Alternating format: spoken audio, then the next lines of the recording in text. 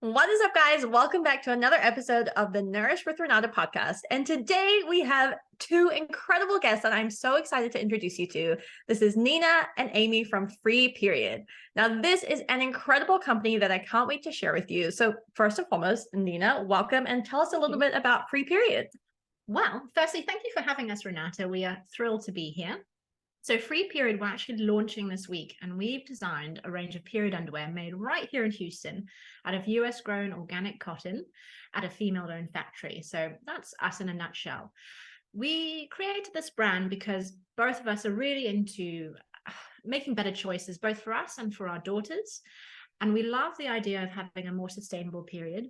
We love the idea of period underwear, but there were some things we thought we could do better. And so we've given it a go. Awesome. Okay, Amy, tell us a little bit more about Fri Period and why this particular design. Yes. So I will firstly admit, before I met Nina, I never wore period underwear before. I never actually wore them. And the first time I bought period underwear was I was with Nina. We were shopping, and I bought it at a local branch, that we all know. And I bought those underwear and I wore them. And I was at that moment surprised how much I enjoyed wearing the underpants. And knowing that Nina was already on this journey to make these incredible underwear, and being now kind of moving forward from that was a couple of years ago when I first actually purchased that first pair of underwear that were not Fri Period, and knowing that Nina was already in the realm to make these incredible underwear, I was super excited to try those out and wear them. For me, this product really checks all of the boxes. Not only the first and foremost, I love fashion and I love design, but I love to be comfortable and I want to feel good in whatever I'm wearing. So when you wear these underwear, the first and foremost, they're comfortable. You put them on and you feel good wearing them. Yes. And for me, having come from a never wearing period underwear before, I was a little bit like, what is this going to feel like? Are they going to feel, are they going to feel comfortable? And now, like I don't want to go back. Like I'm full in, I've dove in, I'm ready to go. Yeah. And having Nina ask me to be a part of this company is not only an honor, but it's also something that I'm so excited to be about, because I believe so much in the mission of this company, and to create a product that is not only comfortable, is organic, is chemical free, is made in Houston by women, for women, bringing women together. You can put these on and you can really feel good about yourself when you're wearing them. In addition to that, not only is it all of those fabulous things, but this product, for me, coming from a conservation back for 14 years. And one of the things we always were trying to do is to give people an achievable conservation action that they as an individual could do to make a difference for the planet. And for that, I feel like I can put these underwear on. Not only do I feel good, it's comfortable, but I am doing something that I feel is reducing waste out into the planet. And that's something that I feel that everybody is out there trying to make an impact, and what can I do personally, individually? And this is something that I also feel supports that, which I think is really, really cool. Yeah. So it's like I said, for me, this product checks all the boxes. It's I awesome. love that. Yeah. So good. To give Amy's comments some context, so in the US alone, every single year, 12 billion pads and 7 billion tampons end up on landfill. Wow. But then, it's not always easy to make the change to a more sustainable choice. I get it. We're all really busy. We have, juggling so many different responsibilities and obligations. So the better option also has to be easy to use. Yes. And that's why we love period underwear, because I genuinely think it's a more enjoyable, comfortable product to wear. And the fact that it is, a better option for the environment and, for everyone is just a really amazing byproduct of that. I love that. So what makes the Fri Period different from any other period underwear that you might get in the market? One of the things that first kind of incited me to create my own brand was there were a couple of class action lawsuits against some really big period underwear companies where PFAS, otherwise known as forever chemicals, were found in their products. Now, PFAS, they are everywhere. So it's a term for a whole group of of chemicals that's often used to give certain finishes to fabrics. So think Teflon or Scotch Guard. And it's everywhere. It leaches into our soil, it's in our water, it's in our air. So it's impossible to completely live a life entirely free of PFAS unless you're, you know, in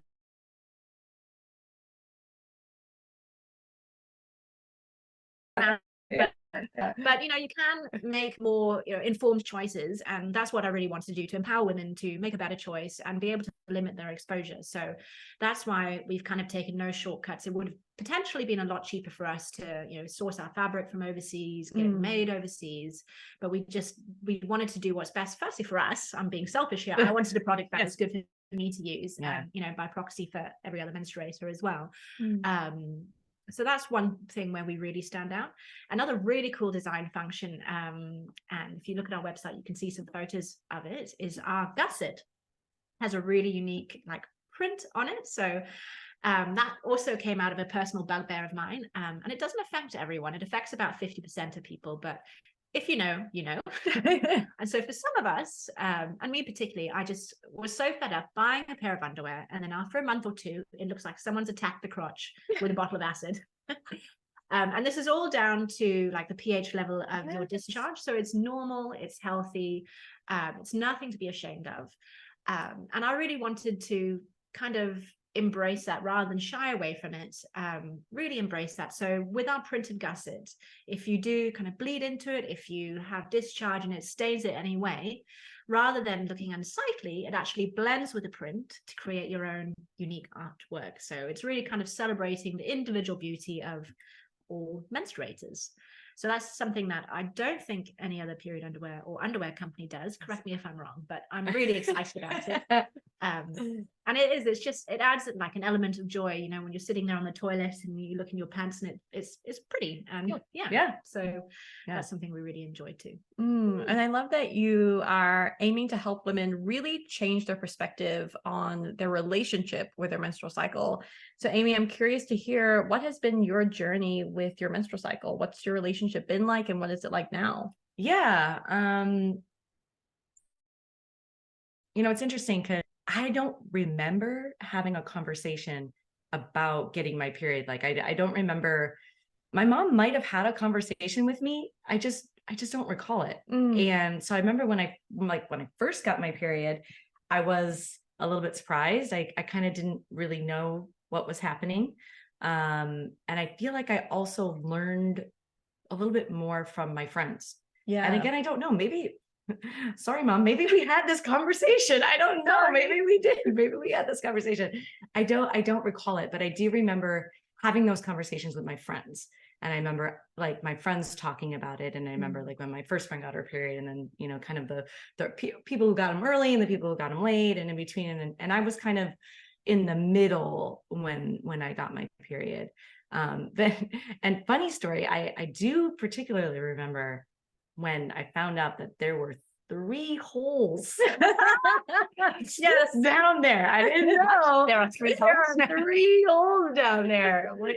And I was like, what do you mean what is this other hole? So I do specifically remember, I remember the friend, I remember the conversation, I remember the drawing that occurred with all of those things. But kind of like moving forward and going into the future, like to now, that I'm at an age, I'll give you my age, you know, I'll be 44 in November. So I have seen that change my period, particularly within the last 5 years. Yeah. And as I'm getting older and I'm approaching, you know, I truly think that I'm in that perimenopause phase of my life. So I've seen those changes within my period, having, whether it comes early, whether it comes late, or whether I have, you know, mid-cycle bleeding and different things like that have occurred. So, you know, again, this product is super handy for that. It's super great. Like if I'm just having some light bleeding, some in between things, you just pop them on and good to go. Yeah. So I have really seen that kind of that relationship within my period change, you know, from the beginning to now approaching another stage in my life. Right. So it's interesting.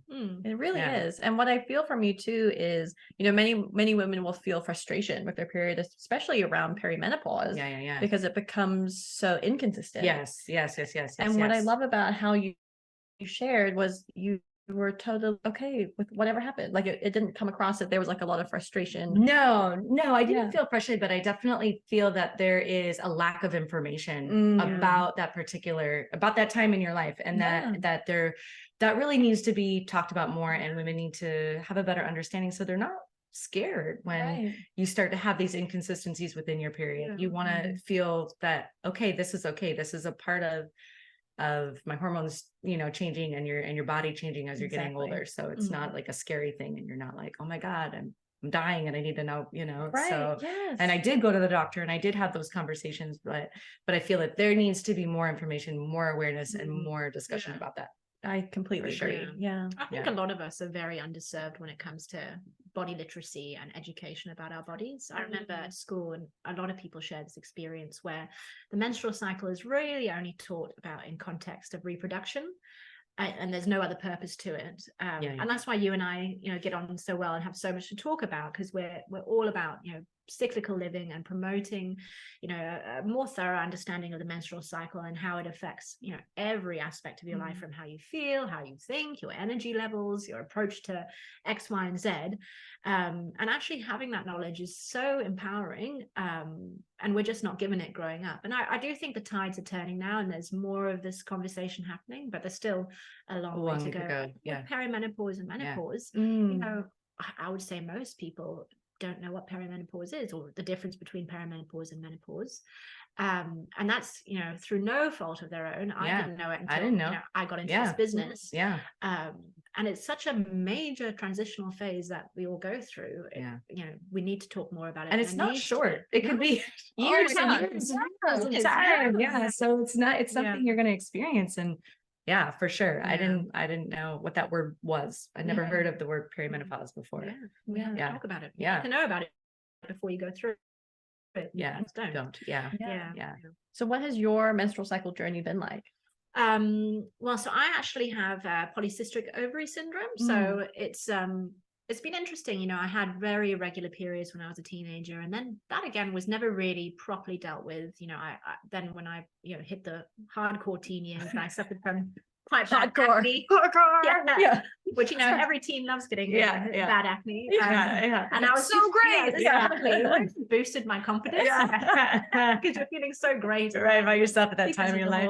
But and I was just put on a pill to manage that. And then, when I got to the stage where I was trying to conceive, I came off the pill. And that's really the first time my PCOS was ever addressed, very much just in context of, it's getting in the way of you having a baby. So we'll take you off the pill, give you treatments to get you pregnant, and then just go back on the pill after you've had the baby. And I have nothing against the pill. I think it's a very effective medicine. What I do have an issue with is the lack of information, and that a lot of us aren't given that knowledge to be able to make an informed decision on taking the pill. So I was kind of just given it and not told about any of the side effects. So that is disappointing to me. I came off the pill a few years ago after noticing it was affecting my moods. And then, luckily through some other lifestyle changes, my acne hasn't reared its ugly head, and my periods are pretty regular now. So but it's disappointing to me that you kind of have to go out and find the information for yourself. Still, you're not. I don't think women are as supported. Menstruators are as supported as they should be in kind of being able to, understand and harness their cycle to the best possible extent. So you kind of have to really seek that out for yourself. And I do hope that's a change I hope that we can see, and it's through conversations like this that we can hopefully inspire that change. Definitely.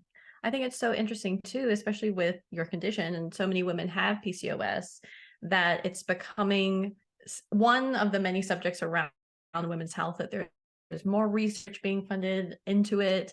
And so, like you said, I'm so excited for more women to find out more about their bodies, about their menstrual cycle, and be able to have that autonomy through the use of having more information. And I love that we get to have this conversation, as well as to share resources, through our websites and through our conversations, so that all women can get empowered with their health. That's huge. It is. So I'm curious then, because we're all still menstruators, and we've all learned a lot through our journeys. So Amy, is there anything that you wish you would have known earlier on when you started your period? wish I would have known. Or what would you, like, put another way, what would you really want your daughter, for instance, to know before she begins her period? You know, I think the basic, I want her to not be surprised. I want her to know what's coming. I want her to know that she is a part of, you know, part of, lack of a better word, womanhood, you know, I mean, like, just, she's a part of what we're all going to go through together. And I think, yeah, I just want her to feel, just feel good about herself. I mean, and when it comes down to it, I just want her to feel good about and proud to be woman, and not ashamed, and just, yeah. And to wear her period underwear. Yes. Yeah. I wish there was period underwear when we were younger. Right? Yeah. Oh, I mean, I mean, there's nothing like that. Yeah. I wonder, I mean, like, how many years ago, like, when, I mean, I don't even know when did they first debut on the marketplace? The last, I would say, 8 years has been it's really, I'm not an expert, but it's like, that's when there's been the growth. There was a few larger brands that grew really quickly. But it's a recent development. That's what I feel like. I feel like within the last, like, five and years, prior to that, there had been very little innovation in the period product market, which is, again, you know, testament to you know, how we view the menstrual cycle. So I'm glad, you know, these changes are happening. You know, same with other, you know, there's the menstrual cup and there's the disc options that are now available and getting more airtime. So which is really good, because that's what, you know, we need people to have options. Everything works differently for everyone. And I felt that was missing when we were younger. And to your point, that's one of the reasons why I love Fri Period, because I'm excited to have some for my daughter for when she stops her period, and you know, have it in her bag at school or, you know, wherever she needs it, and not have to feel uncomfortable by using, you know, the older style of period wear. So you know, pads or tampons, and you know, even just the idea of when you first start your period, also trying to figure out how to use a tampon. I mean, that's a whole other issue. A whole journey. That's another podcast.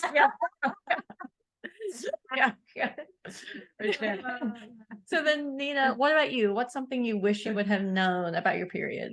Just the information. So I wish I had more of an awareness about the different phases of the cycle and how that affects you, and just fundamentally how you're not the same throughout the month. And to be able to kind of live in consideration of that, to be kinder to yourself. You know, there's certain times of the month where you can run faster.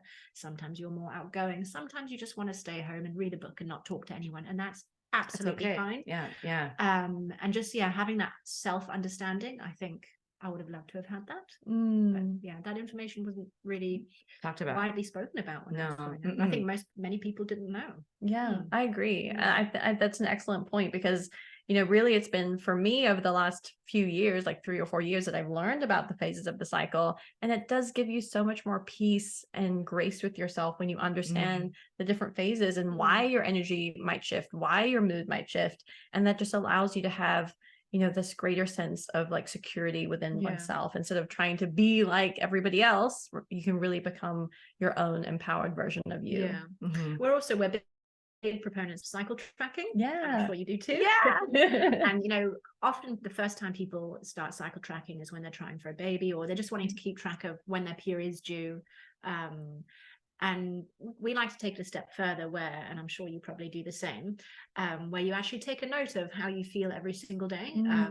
And it's amazing what patterns you can identify if you do that over a few months. So I know, for example, 4 days before my period is due, like clockwork, I cannot sleep that night. And you know, having that knowledge, you know, I take precautions on that evening, where I'll like have a nice magnesium salt bath, have like a winding down tea, and just, you know, equip myself to have the best chance of actually sleeping better. So there's just little things like that you can do. So that's also another thing that I think is really helpful to people. You know, do cycle tracking, but beyond knowing when your period is due, just how you feel every day, because then there's little tweaks that you can make in consideration of that, or just, you know, allows yourself to give yourself a bit of grace in different aspects of your life. So that's something I wish I had done when I was younger, but again, the information wasn't there. I think that's a great point, because just like you mentioned, cycle tracking can give you so much data, so that you really can think, okay, this month, or I've noticed, and I had this with a client recently, we looked back over the past 2-3 months and realized that on day 18 to 20, that's when she really feels low mood, when she really feels lots of impatience and frustration, right? As those hormones are shifting down after ovulation. And so that makes a lot of sense. So now that we have the data to show like, hey, it's within this gap or this particular range for days, then she can plan for the following month and think, okay, I'm going to ask my mom to look after my kids on those, within this day range, during the day. So I have some time for myself. Yes. I can plan my food around that. I can have, things I might be craving. And this is a really great way to work with your cycle instead of feeling like you got to work against it and always be the same person every day. So I'm 100% agree. Huge proponent of cycle tracking. Yep. Amazing. So how can people get Fri Period? Well, through our website, which is friperiod.com. Free is spelled F-R-I, period.com. Yes. We're on Instagram and TikTok as well at Fri Period. So pretty straightforward to remember. Awesome. Yeah. And is there anything special for people if they sign up for your email list? Yes. So particularly for the month of September, we will get everyone is getting a discount code. So sign up for our emails, get a discount code. That'll be good for all of September. Yeah. And it's a proper discount. It's 20% off, not just, 5. We don't do tokens, we go whole hog. So love that. Okay. So final thoughts that you might want to leave with people as we end today's podcast, Amy? Oh my gosh. Final thoughts. No, we're just super excited. We're super, super, super excited. To be here, to be with you, to be launching this product, to be sharing it with everybody, to be bringing everybody together, having more conversations, and just to move forward to really bring a better period for everybody. Nina. Yeah, I completely agree with what Amy said. And just on having conversations, that's kind of a very important thing for us. Keep talking about periods. We've come a long way in the last few years, but I think there's still a lot to know, and knowledge is power. So let's keep talking about our cycles. I love that. Awesome. Thank you guys so much for joining me today. So good. Good hugs. Yay. Make sure to check out the links below for Fri Period, how you can sign up for their email list, get the cycle tracker as well. And of course, go and purchase Fri Period, share it with someone you love that menstruates, and we'll see you guys on the next episode. Thank you. Thank you.